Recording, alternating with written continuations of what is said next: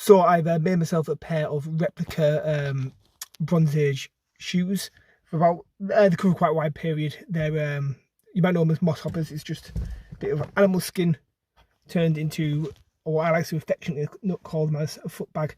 So I'm going to go for a walk in them now and see how they are. The walk I've chosen is going to be covering grass, dirt tracky, and then like some modern surfaces as well, so it'll be quite interesting. So I'll see you once I finish my walk. I also brought with me a pair of modern hiking boots just in case these shoes were a complete failure. Also with these shoes, they tended to wear either, we found, I know it's Copper Age, but in Utz's shoes he had, I think it was straw or heather or something like that put inside them, so in future I might wear wool inside them. And there were other types of shoes we found from the period which were a lot more structured, so I might try making them. I imagine having a sole inside them would be a considerable benefit on comfort.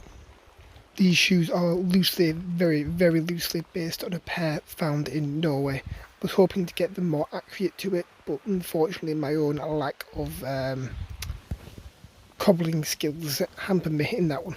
We need to do more walks in historical garb and covering them more, particularly in the Bronze Age, so hopefully I'll be coming soon.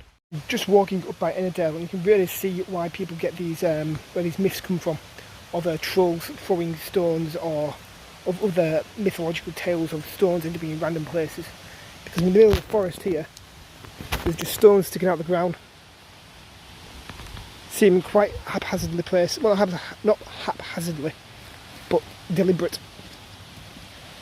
Almost naturally made seating spots. So I've just finished going as far as on my walk that I'm going to go on. I've covered quite a few different ground conditions. The only ones that I would like to cover in them, but I haven't in this, would be proper fields. I've gone on some grass, but proper like knee-high meadow, and then some marshy, boggy ground, some heather, some good upland country. So I'm going to find somewhere to go when I've got that. Put some remarks on them.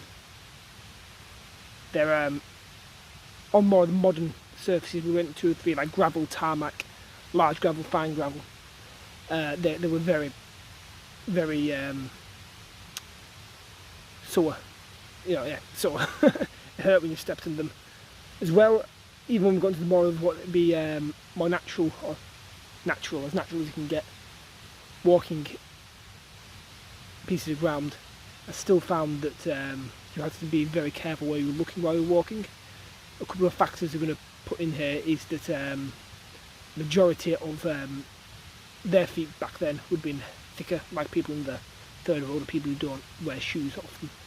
Their feet are thicker and tougher than mine, although I enjoy doing a lot of walking, so I wouldn't say they're not untough, but still a bit tender. I was having to be very careful and really look where I was walking, but I think that would have been a common thing that our ancestors would have done.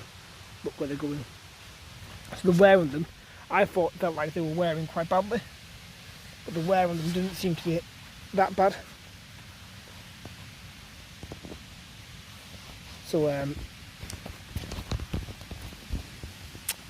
yeah, though they are quite thin, they've worn alright. Just want to say, absolutely love this country. It feels absolutely brilliant being out here.